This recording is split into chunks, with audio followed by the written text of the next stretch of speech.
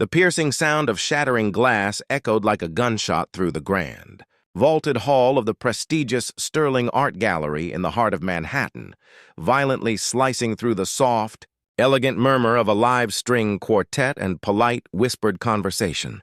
Hundreds of wealthy patrons, adorned in meticulously tailored tuxedos and glittering, custom-made diamond gowns, froze instantly in their tracks. All eyes snapped toward the center of the expansive room, where a priceless, abstract crystal sculpture, a breathtaking masterpiece of modern art, now lay in 1,000 fragmented pieces across the flawlessly polished Italian marble floor. Standing directly above the catastrophic ruin was Eleanor, a fragile 60-year-old janitor wearing a faded, oversized gray uniform, her weathered, deeply lined hands trembling uncontrollably as she clutched a simple, worn feather duster. Before Eleanor could even process the magnitude of the disaster, a harsh, cruel voice cut through the stunned, suffocating silence. "You clumsy, worthless, pathetic old fool," screamed Victoria Sterling, the gallery's arrogant 35-year-old director. Victoria marched forward, her expensive crimson designer dress sweeping aggressively behind her like a storm cloud. She did not stop until she was inches from Eleanor's face, her flawless makeup twisted into a mask of pure, unadulterated disgust. Without a single second of hesitation or basic human decency, Victoria snatched a full glass of dark red wine from a passing, terrified waiter's silver tray and deliberately poured it directly over Eleanor's head. The cold, dark liquid drenched Eleanor's neat silver hair, staining her pale face and soaking deep into the collar of her worn, humble gray uniform. Gasps of shock erupted from the elite crowd, yet no one moved to intervene. Eleanor simply closed her eyes, bowing her head in silent, agonizing humiliation, refusing to cry out or defend herself. Victoria smiled a cold, victorious smile, completely convinced she had just put an insignificant, invisible cleaner in her proper place forever. But within mere minutes, a single, highly anticipated arrival would expose a truth so profoundly earth-shattering that Victoria, and every single elitist bystander in that opulent room, would desperately wish the marble floor would simply open up and swallow them whole. Before this unforgettable and emotional story continues, if you deeply believe that true wealth is always found in a person's heart and that cruel arrogance always meets its rightful downfall, please take a moment to like this video, share it with your loved ones, and subscribe to our channel. Your continuous support allows us to keep sharing powerful stories that prove kindness, compassion, and grace are never truly wasted in this world. Eleanor Vance was never a woman who complained about the heavy, exhausting burdens of life. At 60 years old, her gentle face bore the soft lines of a long lifetime spent constantly putting others before herself. Every single evening, she arrived at the Sterling Art Gallery long before the sun went down, quietly mopping the expansive floors, meticulously polishing the thick glass display cases, and ensuring that the magnificent artwork was presented flawlessly to the demanding world. The younger, struggling staff members absolutely adored her. She always remembered their birthdays, brought warm homemade cookies to the tiny break room, and offered a patient, loving listening ear to anyone struggling with their own secret burdens. Whether it was crushing college debt or a sick parent at home, most wealthy people who briefly looked at Eleanor saw nothing but a tired, invisible, uneducated woman desperately clinging to a minimum-wage job just to survive another week in the unforgiving city. What absolutely no one in that massive, luxurious building knew was that Eleanor Vance was not just a simple janitor. She was the anonymous, multi-billionaire philanthropist who had single-handedly saved the Sterling Art Gallery from permanent, devastating bankruptcy exactly 5 years earlier. Decades ago, Eleanor had inherited a staggeringly vast fortune from her late husband, Thomas, a relentless pioneer who built a global shipping empire from a single, rusting cargo vessel. When Thomas passed away quietly in her arms, Eleanor realized that all their billions could not buy them one more second of precious time together. Instead of hoarding the immense wealth, purchasing luxury yachts, or flaunting designer brands across elite social circles, Eleanor dedicated the rest of her life to quiet, absolute generosity. She secretly funded sprawling children's hospitals, anonymously paid off the crushing medical debts of thousands of desperate strangers, and built state-of-the-art shelters for the homeless across the country. She held a deep, unwavering, and profound belief that extreme wealth was a dangerous illusion that often blinded people to their own fundamental humanity. She deliberately chose to work a humble, physically demanding job in complete anonymity because she desperately wanted to remain grounded, to stay genuinely connected to ordinary, hard-working people, and to observe exactly how the world truly operated when no one important was watching. That particular rainy Friday evening, the gallery was hosting its most highly anticipated charity event of the entire decade, the exclusive VIP unveiling of the Heart of Glass exhibition. The grand room was packed shoulder to shoulder with wealthy international investors, fiercely influential art critics, and powerful politicians. The lavish event was entirely orchestrated by Victoria Sterling. Victoria was a woman who worshipped social status above all else. She evaluated every single person she met strictly based on the brand of their shoes, the invisible limit of their platinum credit cards, and the historical influence of their last name. She treated the gallery's hard-working service staff as though they were completely invisible machinery, often yelling ruthlessly at exhausted caterers and threatening to instantly fire security guards for the absolute smallest, most insignificant mistakes. Throughout the glittering evening, Eleanor had been quietly working in the shadows, her faded gray uniform blending perfectly into the background. She was carefully, lovingly dusting the dark mahogany base of a massive, abstract crystal sculpture when the catastrophic incident suddenly occurred. Victoria, distracted by her own stunning reflection in a nearby gilded mirror and desperately eager to impress a remarkably wealthy French investor standing nearby, had taken a sudden, reckless, and careless step backward. Her sharp, diamond-encrusted stiletto heel caught the heavy, braided velvet rope protecting the central display. The rope violently pulled the heavy brass stanchion, which mercilessly struck the delicate pedestal. In agonizing slow motion, the magnificent, towering crystal sculpture tipped over the edge and crashed down to the unforgiving floor, shattering into countless, irredeemable, glittering shards. Eleanor had instinctively lunged forward, desperately risking her own safety trying to catch the heavy artwork, but she was tragically too late. She fell hard to her knees among the dangerous broken glass, her bare hands instinctively reaching out. It was in that exact horrifying moment that Victoria spun around. Knowing instantly that her own foolish carelessness had completely destroyed the gallery's multi-million-dollar centerpiece, Victoria made a split-second, ruthless, and unforgivable decision. She would absolutely not take the embarrassing blame in front of the city's most powerful judging elite. She needed a convenient scapegoat immediately, and the frail, elderly woman kneeling helplessly in the broken glass was the absolute perfect target. "Look what you've done!" Victoria shrieked at the top of her lungs, her shrill voice echoing violently off the high-painted ceilings. "You ignorant, clumsy, stupid woman! You have completely destroyed a priceless masterpiece!"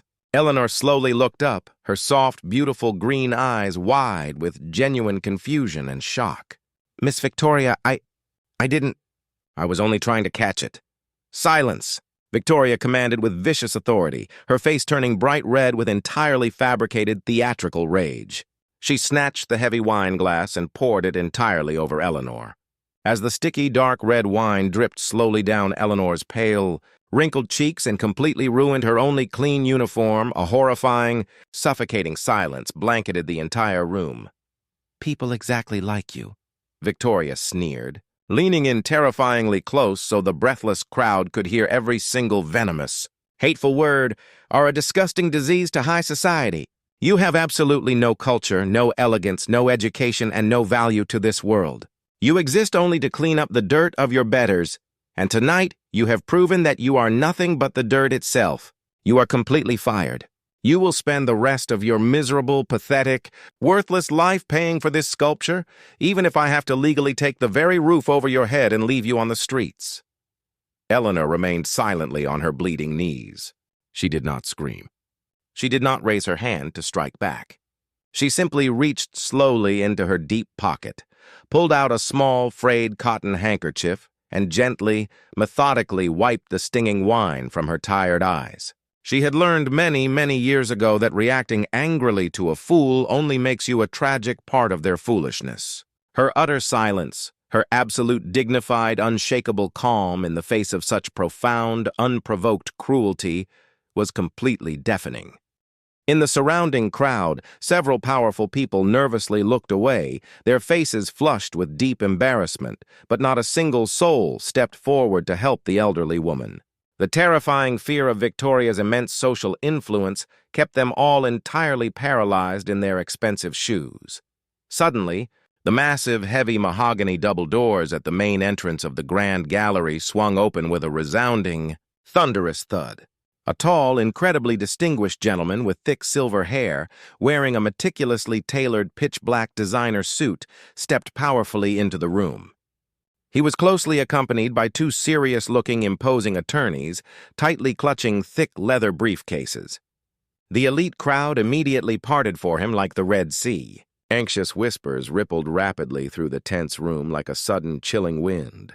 It was Arthur Pendleton, the senior managing partner of the absolute most powerful, feared law firm in New York City, and the strict legal guardian of the anonymous billionaire trust that officially owned the Sterling Art Gallery. Arthur's sharp, intelligent blue eyes rapidly scanned the silent room, quickly landing directly on the horrifying, tragic scene in the very center. He saw the shattered crystal, the arrogant, smug Victoria standing tall in her red dress, and the elderly cleaner kneeling on the cold floor, soaked in wine and surrounded by sharp glass. Arthur's handsome face hardened instantly into a terrifying mask of pure, unbridled fury. He completely ignored the wealthy crowd, ignored Victoria completely, and walked straight, purposefully toward Eleanor. With a tender gentleness that profoundly shocked every single billionaire in the room, the powerful, untouchable attorney knelt down directly on the glass-covered floor, completely ruining his absurdly expensive suit trousers. He carefully took out his own pristine silk pocket square and gently, respectfully helped dry the remaining wine from Eleanor's face. He then offered his strong hand, respectfully and carefully, helping the elderly janitor to her feet as if she were a queen. Victoria forced a loud, confident, arrogant laugh, stepping forward with a fake smile. "Mr. Pendleton, thank goodness you are finally here.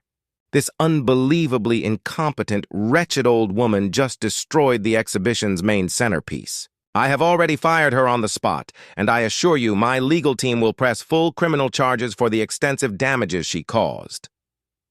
Arthur Pendleton stood up slowly, towering menacingly over Victoria. The temperature in the massive room seemed to instantly drop 10 degrees. "You will do absolutely no such thing, Victoria," Arthur said, his voice dangerously low, practically vibrating, but carrying clearly across the dead-silent, terrified room.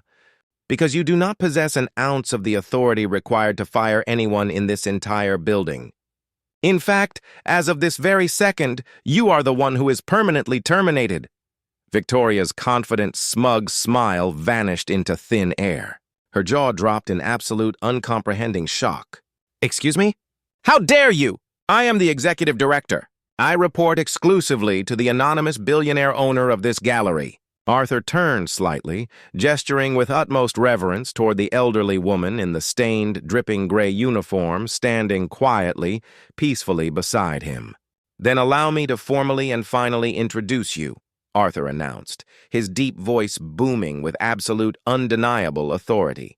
"Victoria and esteemed silent guests, may I proudly present Mrs. Eleanor Vance, the sole financial benefactor, the anonymous multi-billionaire owner of the Sterling Art Gallery, and the generous woman who has personally, quietly funded your lavish salary for the past 5 consecutive years."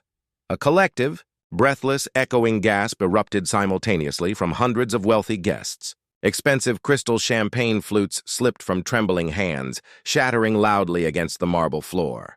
Powerful people stared in utter, paralyzing disbelief, their wide eyes darting frantically between the most powerful attorney in the city and the wine-soaked, humble janitor. "Furthermore," Arthur continued, his piercing eyes burning like hot coals into Victoria's suddenly pale, terrified face. Mrs. Vance is not only the sole owner of this massive building, she is also the incredibly talented, dedicated artist who spent 3 years sculpting the very crystal piece you just falsely and maliciously accused her of breaking. Victoria physically stumbled backward, her weak legs trembling so violently she nearly collapsed onto the marble, all the vibrant color completely drained from her horrified face. She looked directly at Eleanor, her brain entirely unable to comprehend that the elderly woman she had mercilessly treated like disposable dirt was actually a billionaire holding her entire professional and financial future in the palm of her weathered hand. The deeply arrogant socialite began to hyperventilate loudly, hot tears of sheer panic and regret welling rapidly in her wide eyes. "No, this is impossible, Mrs. Vance. I didn't know. I had no idea who you were. I am so deeply sorry. Please, I beg you, please forgive me." Eleanor stepped slowly forward. The entire massive room held its collective breath, fully expecting the exposed billionaire to rightfully unleash her infinite wrath, to publicly, ruthlessly destroy the wicked woman who had humiliated her so viciously just moments ago. Instead, Eleanor looked at Victoria with beautiful eyes full of profound, heartbreaking pity, not a single ounce of hatred. "Victoria," Eleanor spoke, her voice incredibly soft, remarkably gentle, yet carrying an unimaginable philosophical weight that silenced the room. "You have spent your entire life falsely believing that an expensive designer dress makes you vastly superior to a woman in a simple cotton uniform. You truly believed that having money gave you the absolute right to violently strip away another human being's basic dignity. But true poverty, Victoria, is not a lack of money in a bank account. True poverty is a tragic lack of kindness in your heart. A poor bank account can always be filled with hard work, but a bankrupt, cruel soul is a tragedy that money can never, ever fix." Eleanor gently, warmly placed her calloused hand on Victoria's violently trembling shoulder. "I will not sue you. I will not destroy your reputation in the unforgiving press. I will simply ask you to leave my building immediately, and I hope, from the very bottom of my old heart, that tonight is the exact night you finally learn how to be a decent human being." Victoria lowered her head, hot, bitter tears of profound, inescapable shame streaming uncontrollably down her face, completely ruining her expensive makeup. Stripped entirely of her false pride, her borrowed power, and her blinding arrogance, she turned slowly and walked out of the gallery in absolute humiliating silence, leaving high society behind her forever. The incredible story of the billionaire janitor spread like wildfire across the globe within mere days. It instantly became a legendary, inspiring tale throughout New York City. But Eleanor didn't care about the sudden fame, the news articles, or the public praise. The very next evening, long after the gallery had officially closed and the wealthy, judgmental guests were finally gone, a familiar, comforting figure in a perfectly clean gray uniform could be seen quietly, happily sweeping the expansive floors, humming a soft, beautiful tune. She didn't clean because she had to. She cleaned because she never, ever wanted to forget the immense value of honest, hard work and the beautiful, invisible people who quietly hold this massive world together every single day. If Eleanor's incredible story touched your heart today, please support our growing channel by liking this video, subscribing, and sharing it with someone who desperately needs a reminder that true kindness still exists. Before you go, tell us in the comments below, if you were in Eleanor's exact position, would you have gracefully forgiven Victoria? Or would you have made her legally pay for the broken sculpture and the humiliation? We truly love reading your wonderful thoughts. Remember always, the absolute richest hearts in the world are very often hidden completely out of sight beneath the simplest, most humble uniforms.